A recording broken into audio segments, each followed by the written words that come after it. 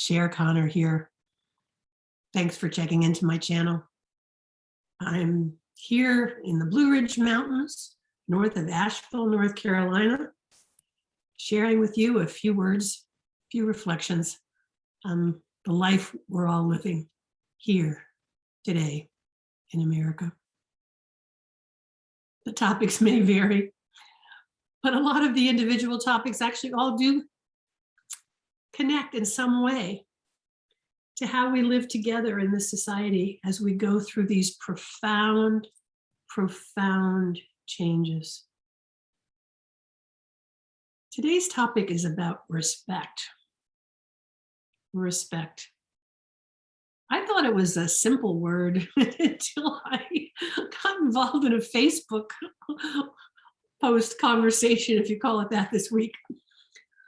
Someone was saying, how could anyone respect a particular politician? And it doesn't really matter who the politician is. In fact, it's better if we don't know. And the person was basically ragging on people who voted for or had any respect for this person. And they were basically, in turn, having no respect for people that had this point of view of actually respecting someone else. So this post on Facebook resulted in this dialogue where people were pulling up from different dictionaries online their definitions about what respect was. Oh my gosh. Well, most people took the view that respect meant really looking up and admiring someone.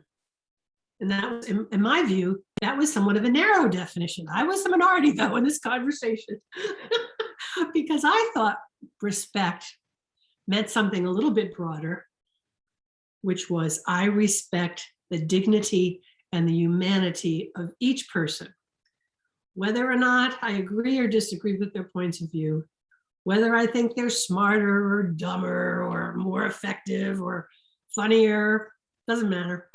I just respect that they are a human being living on this planet at this time. Now, you can't believe what shit I got for saying that on this Facebook post. Oh my gosh, you would have thought I said, you would not have, little did I know, really. What was more ironic that this was in the middle of a Facebook conversation that was people who called themselves spiritual. So this was really, okay, so I'm thinking respect. As somebody who spent many years studying and practicing Tibetan Buddhism, respect to me meant that we were actually taught to consider everyone as potentially your mother in a past life. Now, that's not everybody's cup of tea, but the notion would be that you would show kindness, even if there were days you wanted to like tell your mother to, go outside. But then there was the lawyer in me that would say, under the equal protection of the law, everybody deserves equal treatment. Everybody deserves equal kindness. Then there was the one part of me who was a little bit of an American history buff, who was reflecting on the Declaration of Independence, where it says, all men are created equal. They are endowed by their creator with certain inalienable gifts. And among these is life, liberty, and the pursuit of happiness. Now, from that perspective, I would love and respect love in the universal sense of agape, every person, whether they were blue or red or purple on the political spectrum, whatever gender, whatever choice of life path, religion, that's what it meant to me. Well, I got so much grief on this channel.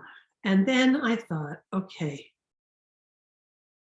so what happens to compassion when you're beating up on people, saying you don't respect people because they respect someone that you don't happen to respect? I don't know. I guess it forced me to come back to my own knowingness that for me, I would respect everyone, even if I disagreed with 80% of what they said. And this is why in the 70s and the 80s, when the American Civil Liberties Union was doing some work, they actually did some lawsuits to protect the rights of the Ku Klux Klan, because if we started shutting down the Ku Klux Klan, we might start cutting down on other groups. And at that point, the civil libertarians were protecting everyone's speech, even those who we strongly, strongly disagreed with. So times have changed, and we are shutting down the speech of people with dissenting points of view on everything from healthcare to politics to music. So I guess I'm really calling for us to reflect on, what does it really mean to be respect? What happened to do unto others as you'd have them do unto you? What happened to that?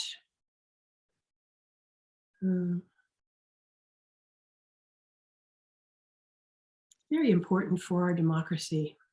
If we're going to have civil discourse, we're going to have a marketplace of ideas. To come back to a slightly broader definition of what respect is. Now, of course, this is one of those moments where if I was really adept at YouTube and video, I would cut to Aretha Franklin singing Respect. But I haven't gotten that far yet. So I'll just say, reflect on your own habits of mind. Who do you respect? Can you respect those whose opinions are different from yours? And what are the roots of your view of that? Where does it come from? You know, the Bible, the Quran, the Declaration of Independence, the source that I haven't named. So anyway, thank you for checking in today. I, for one, look forward to a world where we can all respect with the broadest definition of respect that we can. Thanks so much for coming in.